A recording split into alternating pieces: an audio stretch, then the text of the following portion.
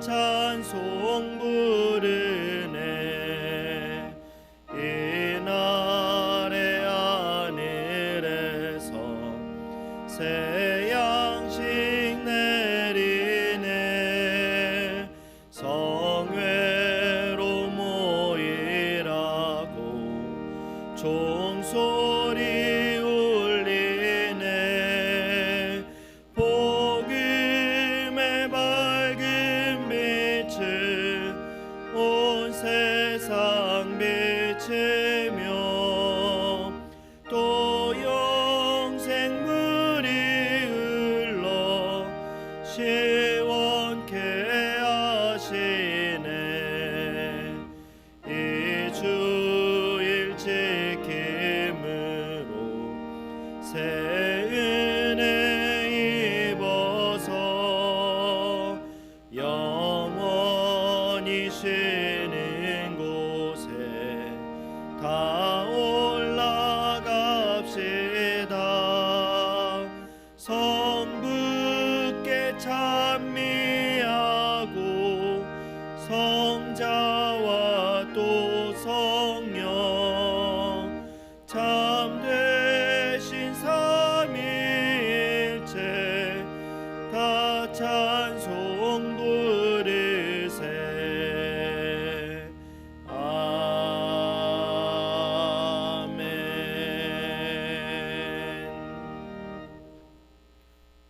수고하고 무거운 짐진 자들아 다 내게로 오라. 내가 너희를 쉬게 하리라. 하나님은 영이시니 예배하는 자가 신령과 진정으로 예배할지니라. 아멘.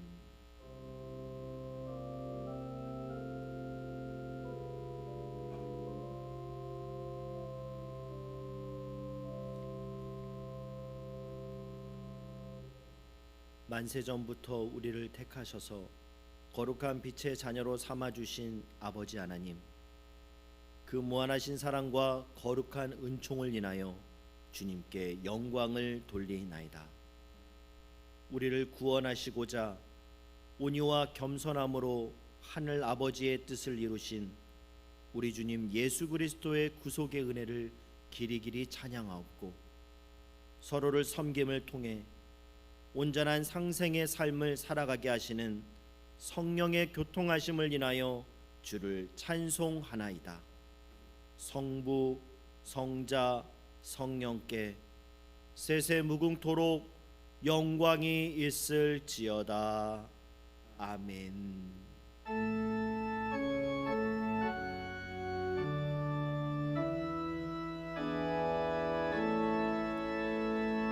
성부, 성자와 성령 찬송과 영광 돌려보내세.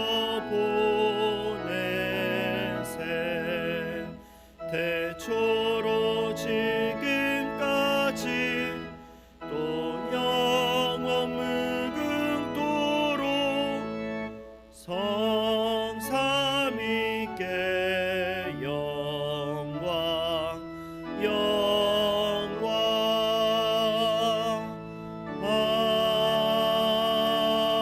아멘.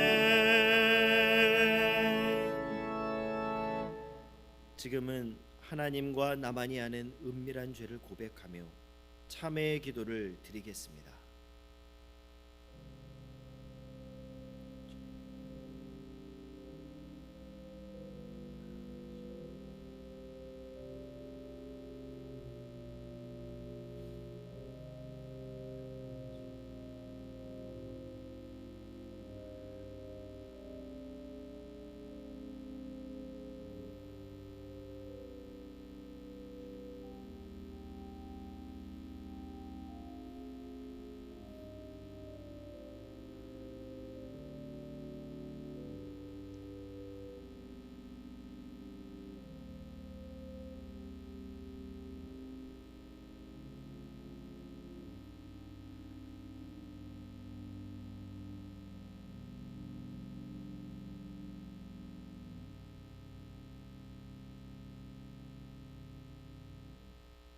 그가 우리를 흑암의 권세에서 건져내사 그의 사랑의 아들의 나라로 옮기셨으니 그 아들 안에서 우리가 속량 곧 죄사함을 얻었도다. 아멘.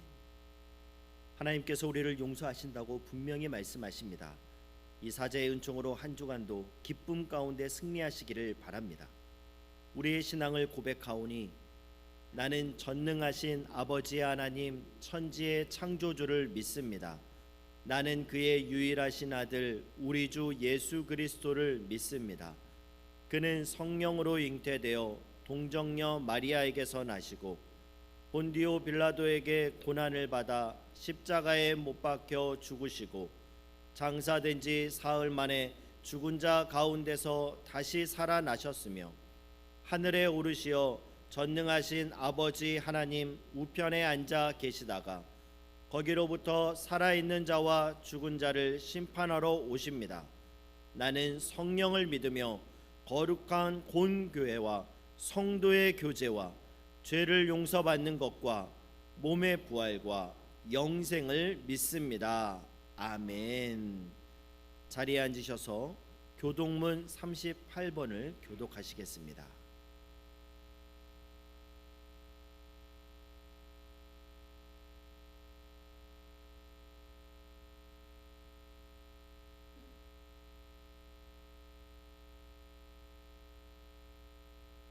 지존자여 시편금과 비파와 수금으로 여호와께 감사하며 주의 이름을 찬양하고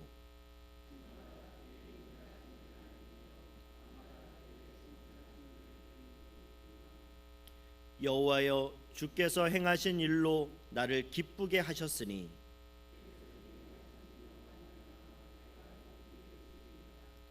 의인은 종려나무같이 번성하며 레바논의 백향목같이 성장하리로다.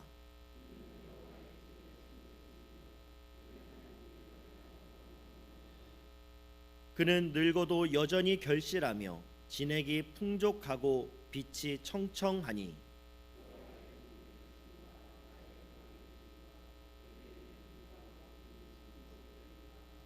아멘. 다 함께 감사의 찬송 299장을 부르시겠습니다.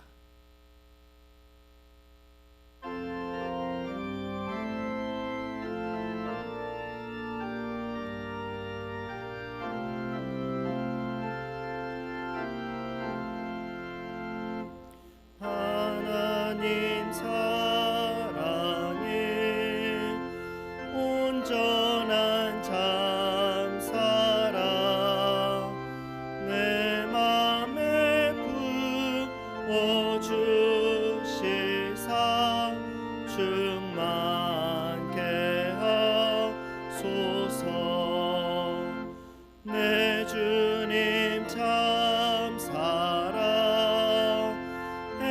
빛과 같으니 그 사랑 내게 비추사 뜨겁게 하소서. 그 사랑 앞에는 풍파도 그치며 어두운 밤도 하나님 그 힘이 크도다. 하나님 사랑은 온전한 참사랑 내 맘과 영의 채우사 새 힘을 주소서.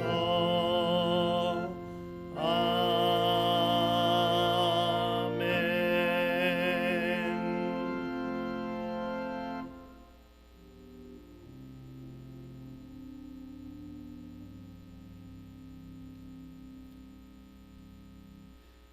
사랑과 은혜가 충만하신 하나님 아버지, 코로나 바이러스 감염 사태로 답답하고 힘겨운 나날이 지속되고 있는 중에서도 하나님 아버지의 그 자비하심으로 우리들을 지켜 보호하여 주시고 복되고 거룩한 주님의 날을 맞이하게 하시니 감사와 찬양과 영광을 올려드리옵나이다.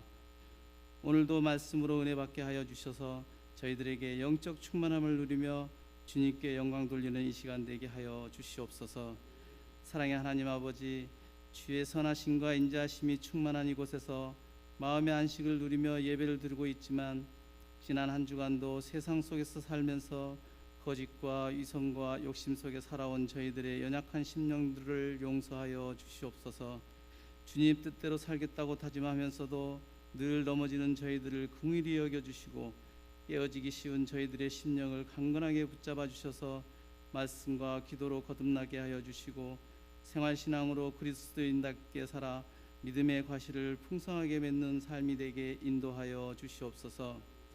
만민이 기도하고 예배드리는 교회 한국교회를 사랑하시는 하나님 아버지, 세계적인 재앙인 코로나 사태로 한국교회가 그동안 철저하게 방역수칙을 준수하며 감염 방지를 위해 애써왔지만 사회적 소규모 집단 감염을 이유로 기도와 찬송을 하지 못하고 모임을 불허하며 한국교회를 핍박하고 해방하는 악한 세력들을 막아주시고 우리 믿는 성도들이 깨어 기도하며 영적 전쟁에서 진리가 승리하도록 도와주시옵소서.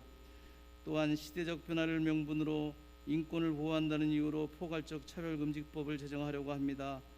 인권은 보호되고 존중되어야 하지만 교회의 예배를 위축시키고 하나님의 창조 질서를 어지럽히는 악한 세력들을 맞서 싸워 이겨나갈 수 있게 도와주시옵소서. 사랑의 하나님 아버지, 장기화되어가는 코로나 감염 사태로 한국 교회와 선교사님들이 오랜 시간 섬기고 공들여 이루어 놓은 세계 각국의 선교지가 어려움을 겪고 있습니다. 모든 사역들이 하나님의 선하신 길로 인도하여 주시고 회복시켜 주시옵소서. 세계의 교류가 막힌 상태가 지속되어 기업과 소상공인들의 경제의 어려움도 날로 커져가고 있사오니 하나님의 자비와 은혜로 이 모든 어려움을 헤쳐나갈 수 있게 지켜주시고 도와주시옵소서. 험한 세상 가운데 살아가는 저희들 상한 심령들도 회복시켜 주시고 저희 모두가 코로나 사태로 힘겨운 현실을 믿음으로 극복하고 원치 않는 질병으로 고통 속에 있는 성도들을 우리 주님에 안수하여 주셔서 하루속히 건강을 회복시켜 주시옵소서. 모든 고난과 시련이 우리 앞에 닥칠지라도 하나님의 뜻을 깨닫는 지혜를 허락하여 주시고 그 뜻을 받들어 성숙한 신앙으로 승리하며 살아가게 도와주시옵소서. 오늘도 은혜의 말씀으로 이끌어 주시는 김대동 목사님, 하나님 말씀을 대언하실 때 생명의 말씀, 축복의 말씀, 치료의 말씀을 전할 수 있도록 성령의 능력으로 붙들어 주시옵소서. 찬양과 안내위원으로 헌금위원 등으로 예배를 위하여 수고하는 손길들을 주님 기억하여 주시고 코로나 감염으로부터 보호하기 위하여 시간 소독으로 수고하시는 모든 관계자들에게 은혜로 함께하여 주시옵소서. 우리들의 삶의 주인이 되시고 선한 길로 인도하시는 우리 주 예수님 이름으로 간절히 기도드립니다. 아멘.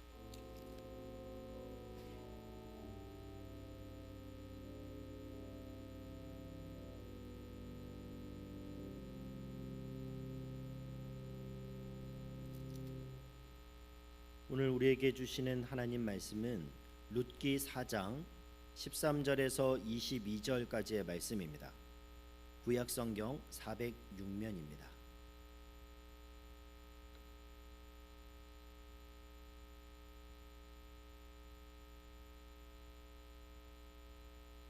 룻기 4장 13절에서 22절 말씀을 봉독할 때 살아계신 하나님의 음성을 친히 듣는 시간이 되시길 바랍니다. 이에 보아스가 룻을 맞이하여 아내로 삼고 그에게 들어갔더니 여호와께서 그에게 임신하게 하심으로 그가 아들을 낳은지라. 여인들이 나오미에게 이르되 찬송할지로다. 여호와께서 오늘 내게 기업 물을 자가 없게 하지 아니하셨도다.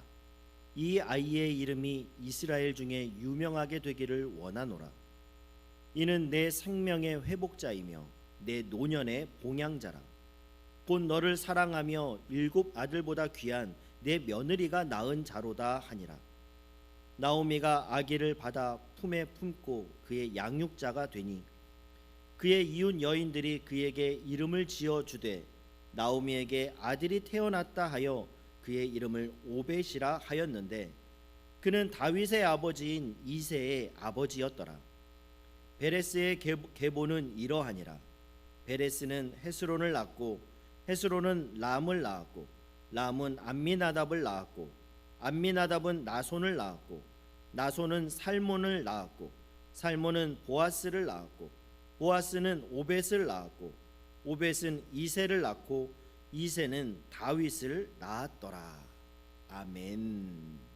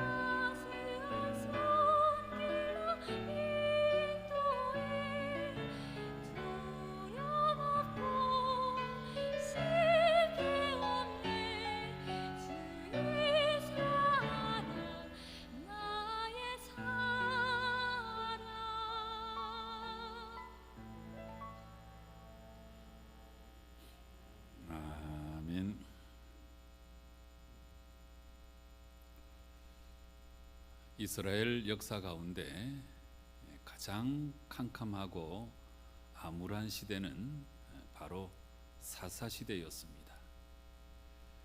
이 사사시대는 여호수아의 그 다음 세대가 되지 못하고 다른 세대가 되고 말았을 때에 찾아온 가장 캄캄하고 암울한 시대였습니다. 이 캄캄하고 암울한 사사시대는 무려 350년 동안이나 지속이 되었는데, 이 시대의 가장 큰 특징은 사람들이 저마다 자기 소견에 옳은 대로 행하는 일이었습니다. 그러니까 믿음의 선조들이 전해준 옛적 길, 이 표현이 참 중요한데요, 그 옛적 길을 따르지 아니하고 자기가 판단해서 자기 소견에 옳은 대로 행하였다 하는 것입니다.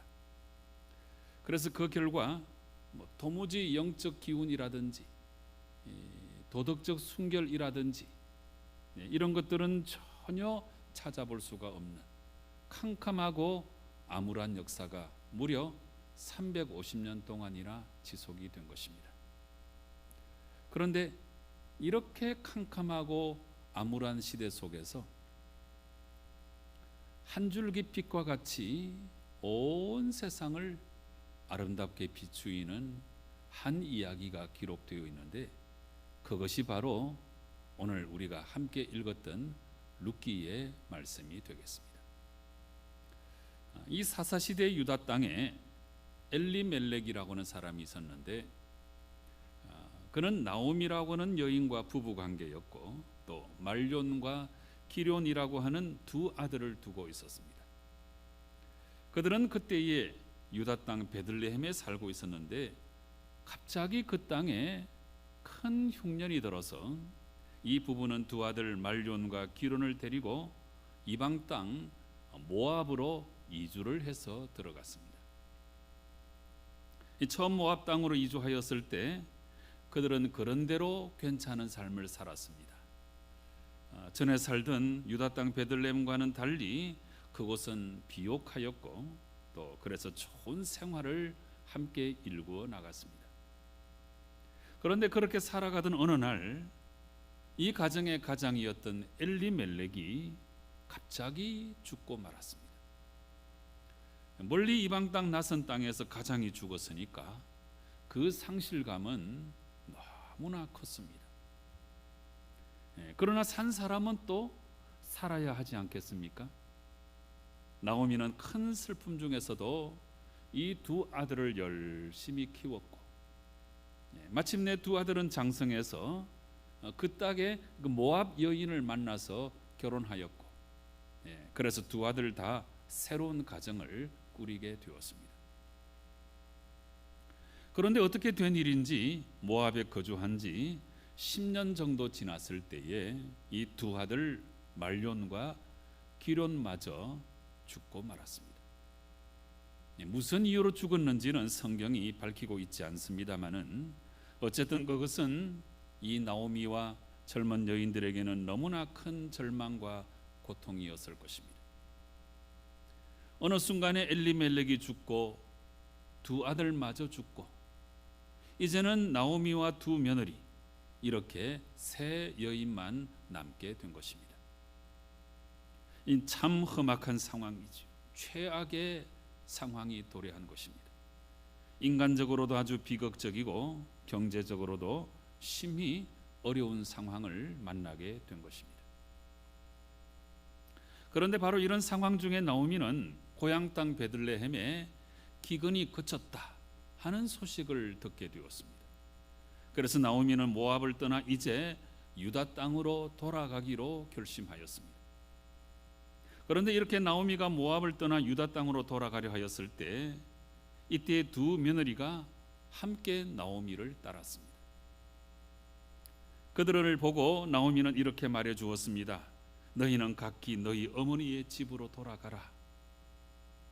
너희가 죽은 자들과 나를 선대한 것 같이 여호와께서 너희를 선대하시기를 원하노라. 세 여인은 참 어려운 시간을 함께 보냈고 또 함께 고생도 많이 했고 무엇보다 똑같이 남편을 잃었으니까 이 처지를 생각할 때에 얼마나 서로가 서로를 바라보며 참 가슴이 아팠겠습니까? 그래서 돌아가라고 하는 이 시어머니의 말에 두 며느리는 소리 높여 울었습니다. 그런데 두 며느리는 나오미의 이런 요청에도 불구하고 끝까지 따라가겠다고 주장하였습니다. 아닙니다, 어머니. 우리는 어머니와 함께 어머니의 백성으로 돌아가겠습니다. 여러분, 그래도 함께 가겠다고 하는 이 모습이 얼마나 기특하고 얼마나 갸륵합니까? 고생을 해도 같이 고생하고 살아도 같이 살겠다고 하는 참 귀한 마음이 아닐 수 없는 것입니다.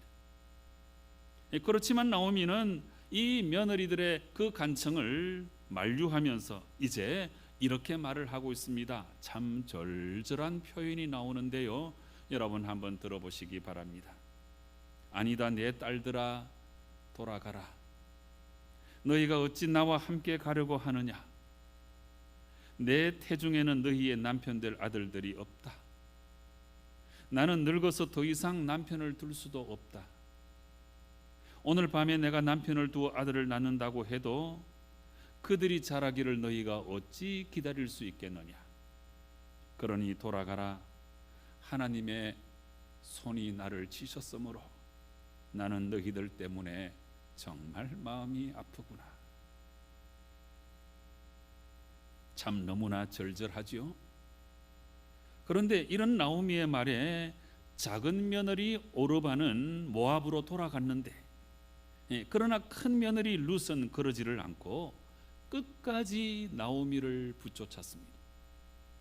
그러니까 시어머니 나오미의 말에 모압 여인으로서 오르바는 모압 땅에 남기로 했고, 같은 모압 여인이었지만 룻은 시어머니 나오미를 끝까지 따라가기로 결심한 것입니다. 룻에게 있어 이것은 정말 대단히 힘들고 어려운 일이 아닐 수 없습니다.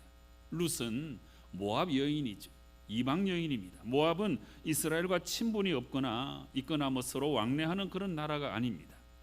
아니, 오히려 서로 적대하는 나라라고 할 수 있습니다.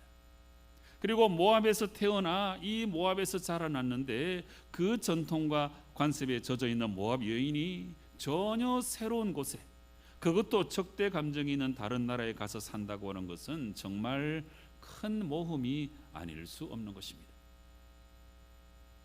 그렇지만 룻은 그 길을 가기로 결심하였습니다. 그녀는 그 길이 어떤 길인지 참으로 큰 두려움이 있었지만 자기 나름대로 어떤 분명한 확신을 가지고 이 시어머니를 쫓아 유다 땅으로 들어가는 길을 선택한 것입니다. 그러면서 이때 이 룻이 하는 말이 있는데요, 이 말은 참 애틋하고 정말 절절한 표현인데요, 룻기 1장 16절과 17절의 말씀을 여러분 들어보시기 바랍니다.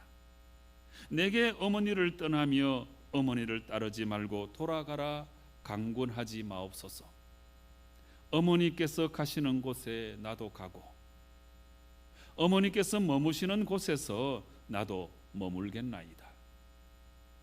어머니의 백성이 나의 백성이 되고 어머니의 하나님이 나의 하나님이 되시리니 어머니께서 죽으시는 곳에서 나도 죽어 거기 묻힐 것이라. 만일 내가 죽는 일 외에 어머니를 떠나면 여호와께서 내게 벌을 내리시고 더 내리시기를 원하나이다.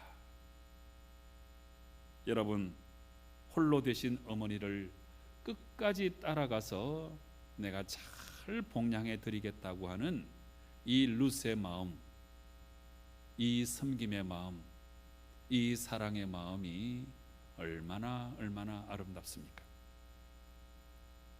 그런데 룻의 이런 사랑과 섬김의 모습은 그 뒤로 유다 땅에 들어간 다음에도 계속해서 이어지고 있습니다.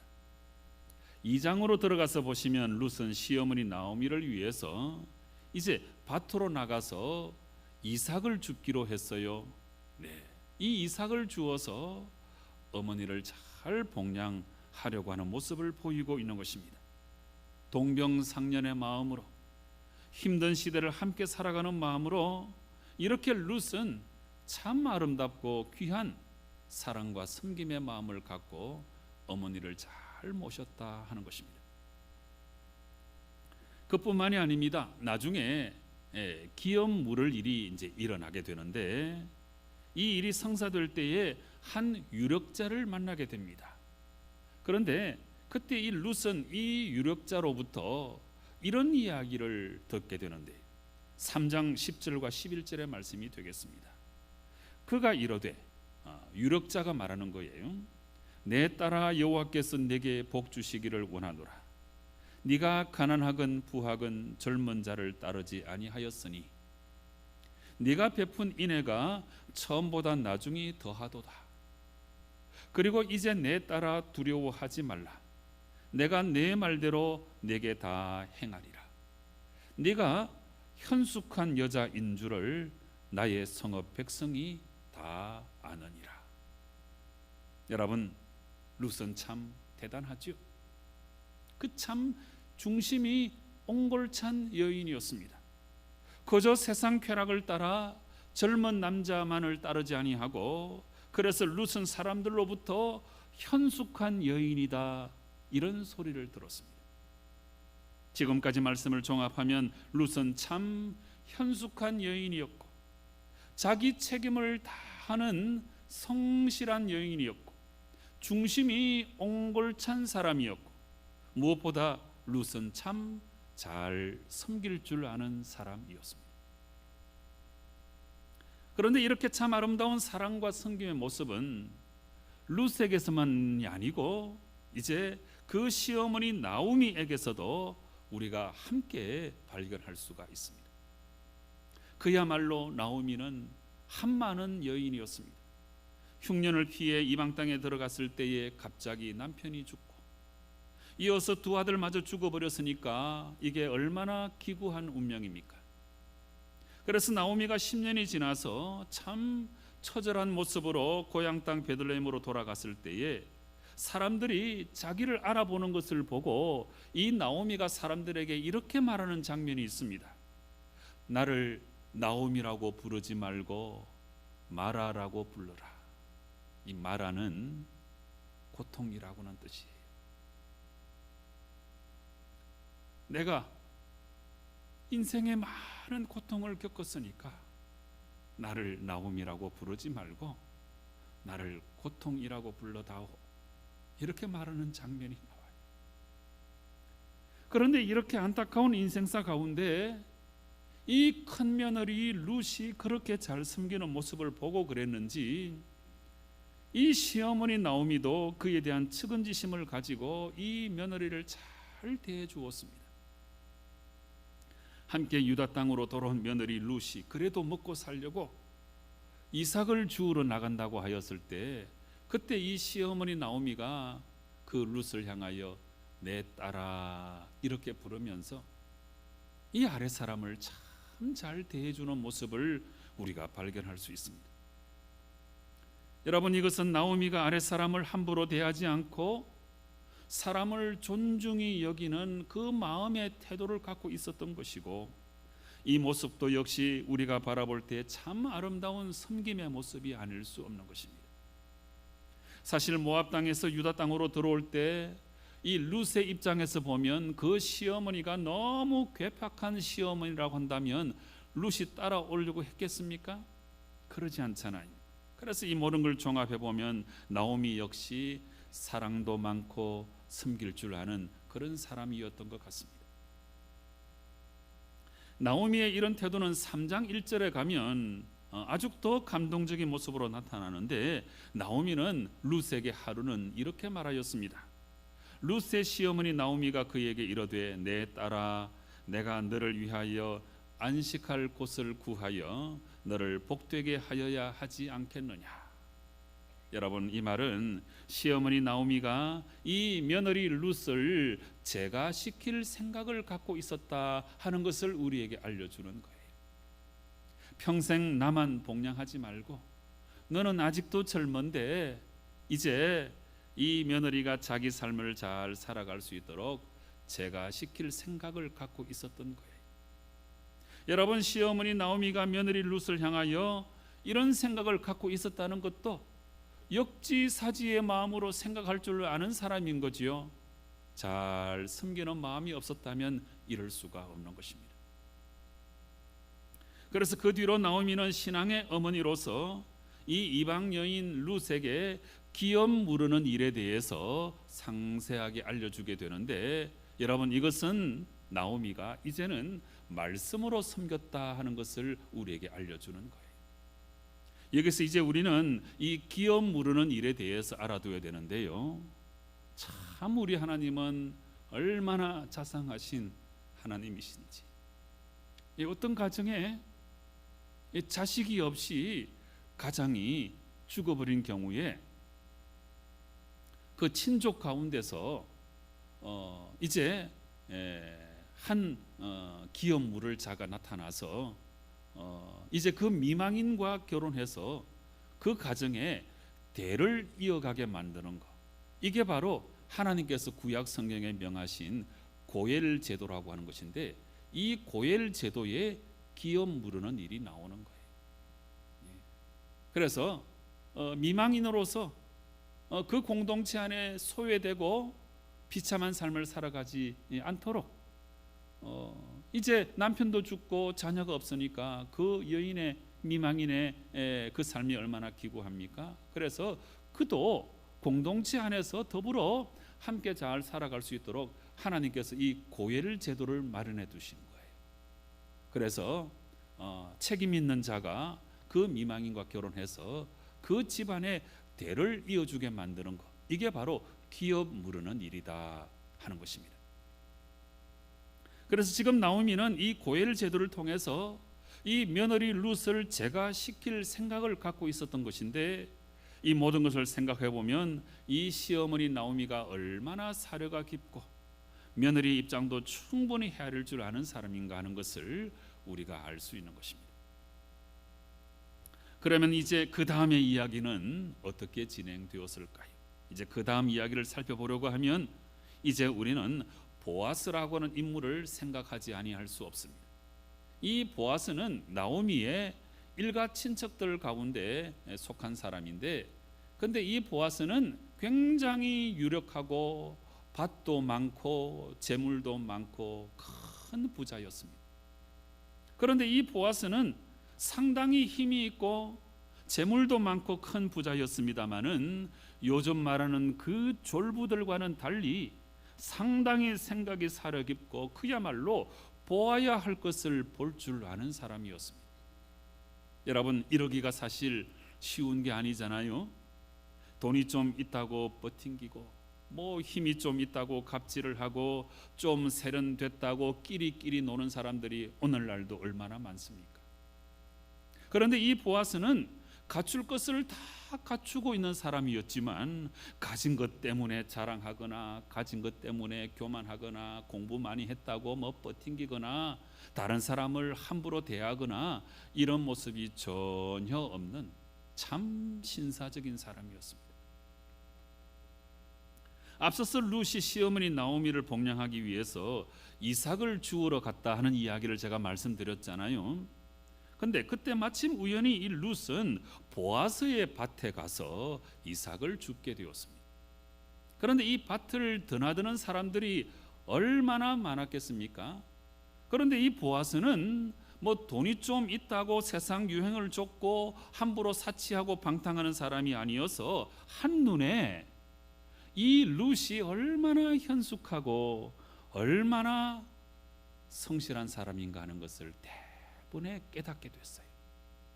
그래서 룻이 그렇게 성실하고 현숙한 모습을 갖고 있는 것을 보고서는 이 룻에게 큰 친절을 베풀었는데, 자기 사환에게 명령을 해가지고 룻이 이 이삭을 마음껏 줍게 하고 곡식단에서 곡식을 가져간다고 해도 꾸짖지 말라, 이렇게 당부를 했어요. 너무너무 친절한 사람이죠.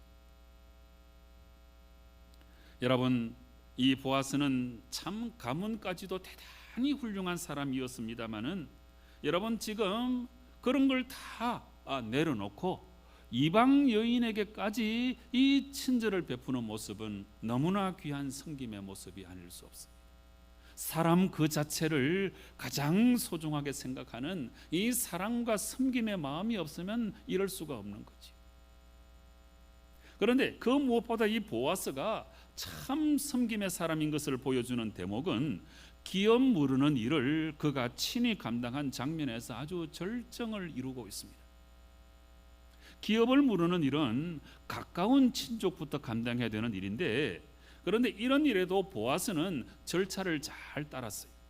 자기보다 앞선 절차에 있는 사람이 이 기업 물으는 일은 사실은 자기 희생을 하는 것이거든요. 이 은혜를 베푸는 일이거든요.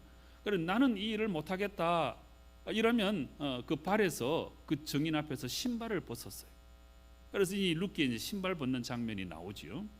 근데 자기 앞선 그 친족이 이 기업 물으는 일을 하지 않겠다고 하니까 이제 마지막에 자기에게 순서가 왔을 때 이 보아스는 내가 기업 물으는 일을 하겠다 이렇게 자청하며 나서는 모습을 보여주고 있습니다. 여러분 생각해 보세요. 보아스가 뭐가 부족하겠습니까? 이 보아스가 아쉬울 게 하나도 없는 거예요. 그런데 보아스는 자청해서 희생하고 불쌍하고 연약한 집안에 긍휼을 베풀었고, 그래서 스스로 그 집안에 기업 물으는 그 은혜를 베풀어 주었는데, 이걸 보면 보아스는 불쌍한 사람, 연약한 사람, 가난한 사람, 고난당한 사람을 잘 섬길 줄 아는 사람이었던 것 같습니다. 룻기 말씀에 등장하는 중요한 세 주인공에 대해서 이제 말씀을 다 드렸어요. 여러분 지금까지 말씀만 들어보아도 너무너무 아름답지요. 네. 이 사사시대 캄캄하고 암울한 350년의 역사 가운데 이렇게 한 줄기 빛처럼 정말 새벽에 비치는 여명과 같은 모습으로 온 세상을 환하게 비추는 이 룻기의 말씀의 내용이 얼마나 아름답습니까?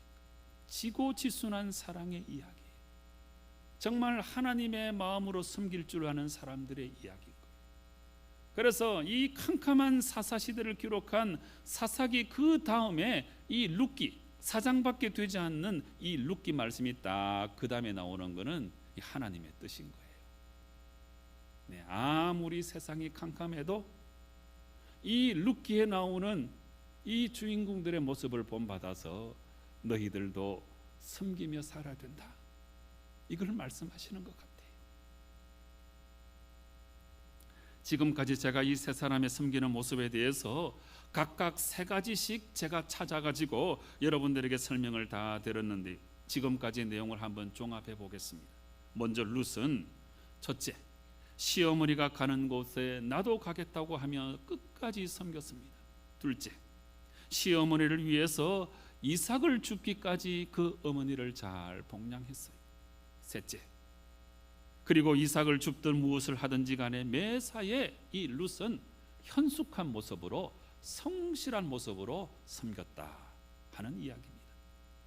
그 다음에 나오미, 첫째, 불쌍한 며느리를 내 딸이라고 부르면서 아래 사람을 잘 섬겼고, 둘째, 며느리를 제가시키기 위해서 노력하는 모습으로 섬겼고, 셋째, 마침내 기업 물으는 일에 대해서 알려줌으로써 하나님 말씀으로 잘 섬겼던 것이. 마지막으로 보아스, 첫째, 권세와 재물이 있는 자였지만 친절과 사랑으로 섬길 줄 아는 사람이었고, 둘째, 사람의 진정성을 볼 줄 아는 모습으로 섬겼고, 셋째, 무엇보다 기업 물으는 이 책임을 감당하며 희생하며 섬길 줄 아는 사람이었다 하는 것입니다. 여러분 아름답지 않습니까?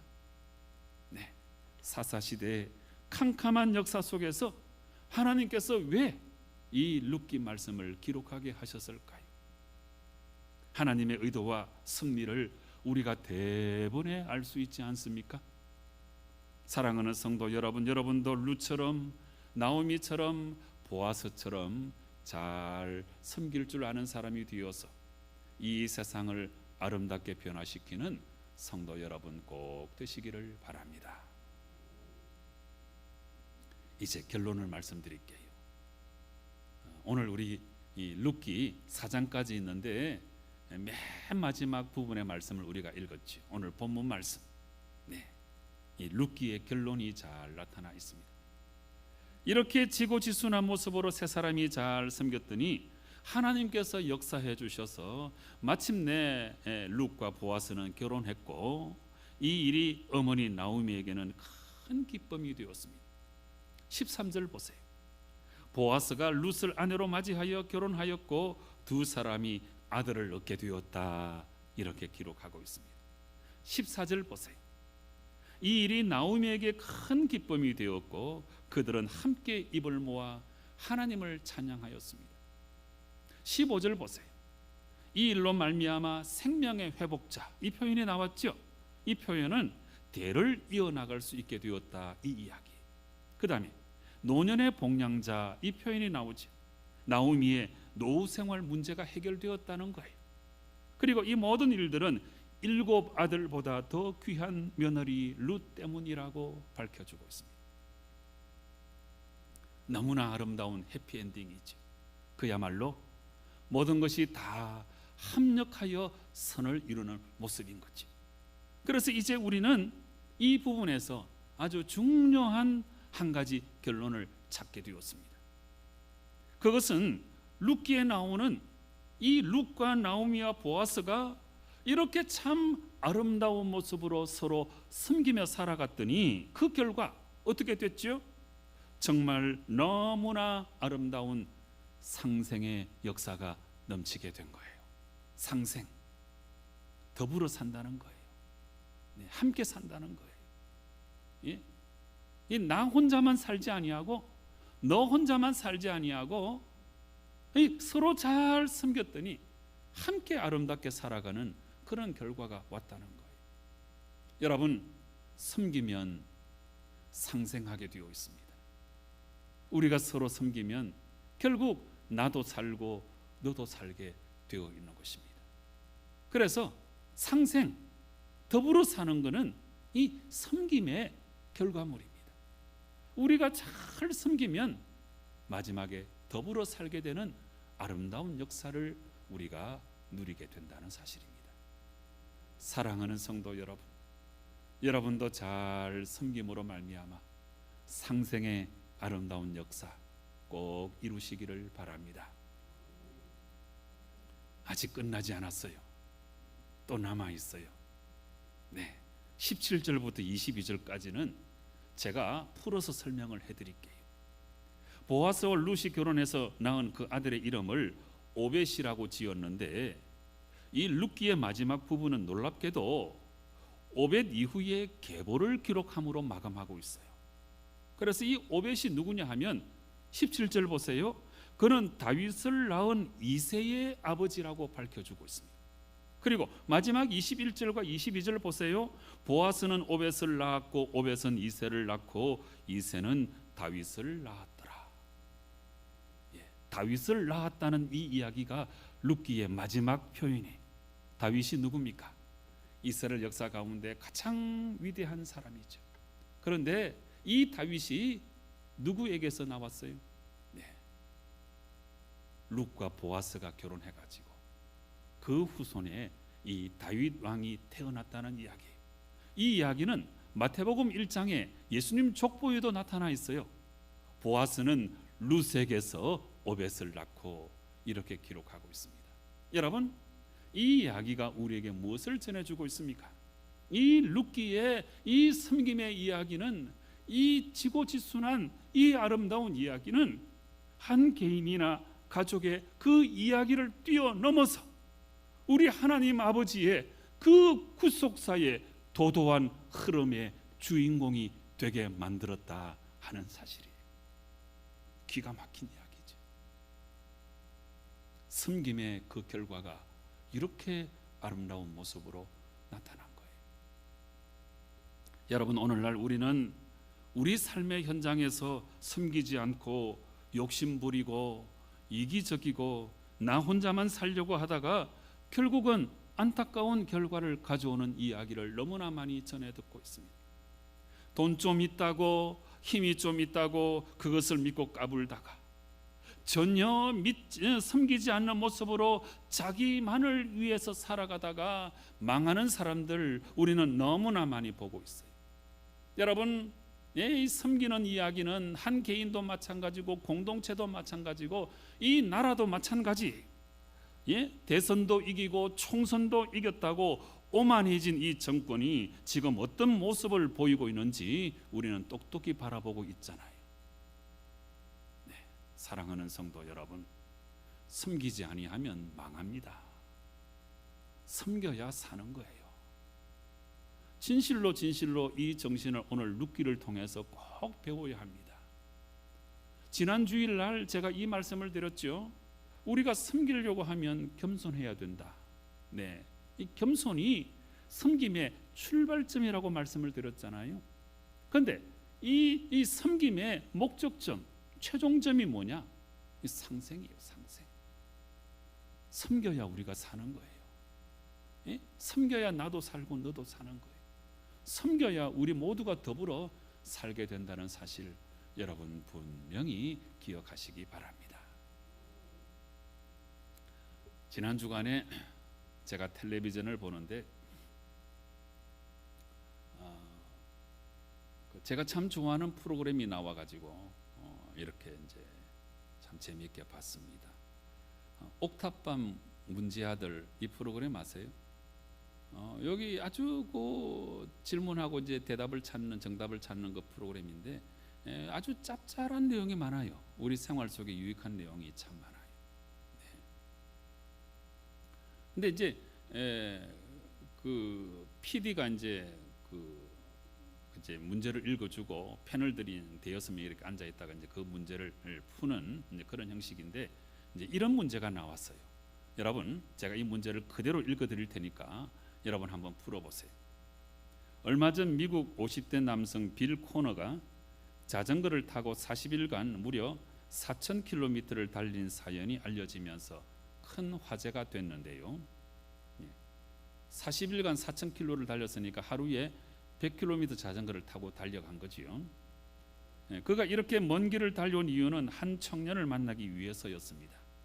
40일을 달려 마침내 청년을 만난 빌은 그를 만나자마자 청진기로 그의 심장 소리를 들었고 감격의 눈물을 쏟았다고 하는데요. 빌이 험난한 여정을 달려 그 청년을 만난 이유는 무엇일까요? 이게 이제 문제였어요. 이제 그 정답을 제가 설명드릴게요. 이 빌에게 다 큰 아주 관연한 딸이 있었는데 그만 교통사고로 이 딸을 잃고 말았어요. 근데 이 딸이 생전에 장기 기증을 하기로 이렇게 약속을 해놓은 거예요. 그래서 딸이 죽고 나서 이 아버지가 딸의 뜻을 따라서 장기를 적출해 가지고 네 사람에게 도움을 줬어요. 근데 이제 그렇게 딸이 세상을 떠나고 나서 아버지의 날이 다가오니까 이 빌 코너 아버지가 딸이 너무너무 보고 싶었던 거예요. 그래서 이제 그 딸의 흔적이라도 느껴보고 싶다 이런 마음으로 이 네 사람 장기 기증을 해준 네 사람한테 다 연락을 했는데 세 사람은 이제 만남을 거절했어요. 근데 그 신장을 이식해준 21살 먹은 흑인 청년은 만나고 싶다 이렇게 연락이 와가지고 자전거를 타고 하루에 100km씩 달려가지고 이제 그 청년을 만나러 간 거예요. 이게 이제 언론에 보도가 돼가지고 주목을 받으면서 카메라가 이제 계속 따라가는데 제가 그 영상을 보니까 너무 마지막 장면이 감동적이에요. 이 자전거 복장을 한 이 빌 코너가 이제 그 청년의 집 앞에 도착했어요. 이제 밖으로 나와서 잔디밭에 두 사람이 이렇게 만나게 되는데 이 청년의 손에 청진기가 들려 있는 거예요. 그 청진기를 먼 길을 달려온 빌 코너에게 이렇게 이제 그 귀에 꼽는 부분을 전해 준 거예요. 그리고 자기의 심장을 이렇게 풀어 헤치고 이 청진기의 그 끝 부분을 자기 심장에 갖다 댄 거예요. 아버지가 빌 코너가 이제 그 심장, 그 청년의 심장의 소리를 들었겠죠. 근데 그 심장의 소리는 누구의 심장의 소리였을까요? 딸의 소리였던 거죠. 그래서 그걸 들으면서 그 아버지 빌 코너와 심장 이식을 받았던 그 흑인 청년이 함께 이렇게 부둥켜 안고 눈물을 흘리는 장면인데 너무너무 감동을 받았어요. 여러분, 내가 누구를 섬김으로 그 사람을 살려낸다고 하는 그 모습이 얼마나 아름답습니까? 예. 우리가 섬기면 사람이 살아나는 거예요. 예. 오늘 룻기의 이야기가 바로 그걸 우리에게 보여주는 거죠. 네? 섬기면 그 결과가 상생. 저는 이 상생이라고 하는 단어가 신학교 때부터 너무 좋아가지고 앞으로 내가 신학교를 졸업하고 목사가 되어서 교회를 개척하면 상생교회라고 이름을 지을 것이다, 이렇게 결심했던 적도 있어요. 그보다 더 좋은 구미교회 와서 참 다행입니다만, 어쨌든 이 상생이라고 하는 단어가 얼마나 귀합니까? 나 혼자 잘 살면 안 돼요. 더불어 살아야지. 이게 우리를 향하신 하나님의 가치관이에요. 하나님은 예수님을 우리에게 보내주셔서 우리를 살게 하셨잖아요. 하나님의 가치관을 우리가 체득해서 서로 섬김으로 상생하는 역사를 우리가 이루어야 되는 거예요. 이 7월 한 달 동안에 정말 이 섬김의 가치관을 꼭 여러분의 몸과 마음에 체득하시고 아름다운 상생의 역사를 꼭 이루어내시는 성도 여러분 되시기를 주님 이름으로 축원합니다. 기도하시겠습니다.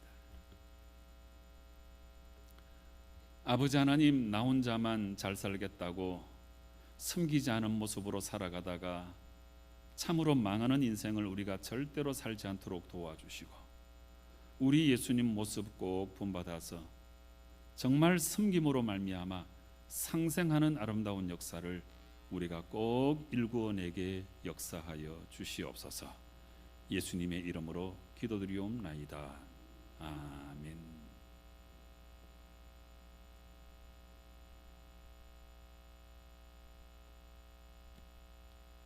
말씀의 은혜를 생각하며 응답의 찬송 212장을 부르시겠습니다.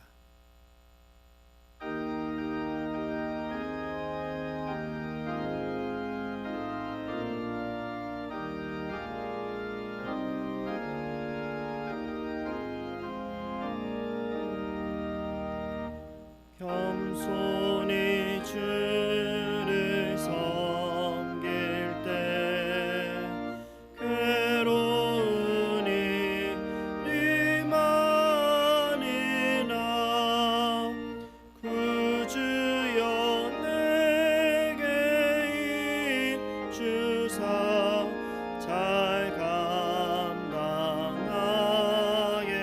하소서. 인자말을 가지고 사람을 강화시키며 할 길을 잃은 무리를 잘 인도하게 하소서. 구주의 귀한 인내를 깨달아 알게 하시고 굳건한 믿음 주셔서 늘 승리하게 하소서. 장래의 영광 비추사 소망이 되게 하시며 구주와 함께 살면서 참 평강 얻게 하소서.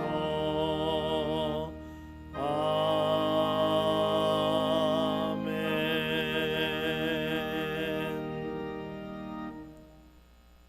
아버지 하나님, 우리가 이 세상을 살아가면서 세상 가치관에 휘둘려서 함부로 살아가지 아니하고 하나님의 가치관을 배워서 섬김의 모습으로 살아서 상생을 이룰 수 있도록 우리 가운데 은혜 베풀어 주셔서 너무나 감사드립니다. 이 모양 저 모양으로 우리에게 베푸시는 하나님의 그 크신 은혜가 너무나 감사해서 우리 자신 전체를 올려드리는 마음으로 이 예물을 봉헌하오니 아버지 하나님 기쁘게 받아 주시옵소서. 이 현장 예배에 나와서 예물을 드리는 성도들, 또 영상 예배를 드리며 온라인으로 헌금하는 사랑하는 성도들 한 사람 한 사람 다 기억해 주시고 이 힘들고 어렵고 악하고 캄캄한 시대 속에서 하나님께서 눈동자와 같이 지켜주시고 암탉이 병아리를 그 날개 아래 품듯이 보호하여 주셔서 하나님 은혜 가운데 날마다 안전히 거할 수 있도록 역사하여 주시옵소서. 예수님의 이름으로 봉헌 기도 드리옵나이다. 아멘.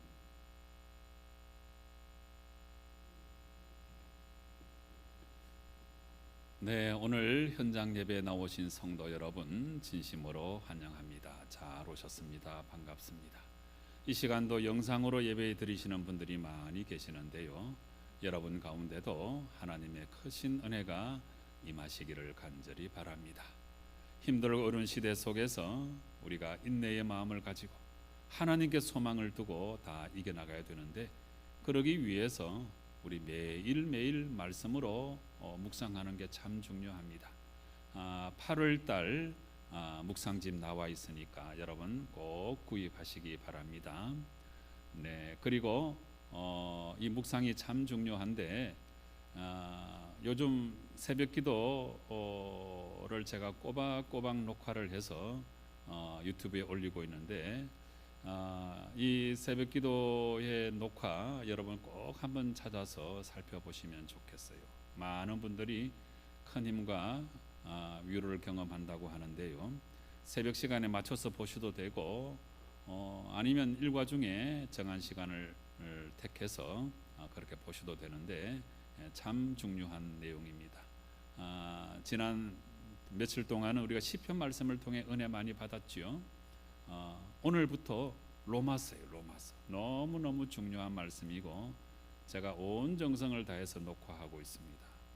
기억하시고 묵상 잘 감당하시고 새벽기도 영상도 꼭 보시고 믿음으로 이 어려운 시대를 잘 헤쳐나가시기를 바랍니다. 우리 마스크 낀 채로 앞뒤 전후 좌우로 인사하시겠습니다. 반갑습니다. 사랑합니다. 네, 섬깁시다. 상생합시다. 네, 기도하시겠습니다. 이제는 우리 주님 예수 그리스도의 크신 은혜와 하나님 아버지의 흘러넘치는 사랑과 성령님의 감화 감동 역사 위로 충만 교통하심이 나 혼자만 살겠다고 하여서 망하는 인생이 되지 아니하고 잘 섬김으로 말미암아 사람을 살리고 상생의 역사를 이루기를 간절히 소망하는 우리 모든 주님의 성도들과 모든 성도들의 각 가정과 일하는 일터와 산업 위에와 사랑하는 우리의 조국 위에 이제로부터 영원토록 함께 계시옵기를 간절히 축원하옵나이다. 아멘.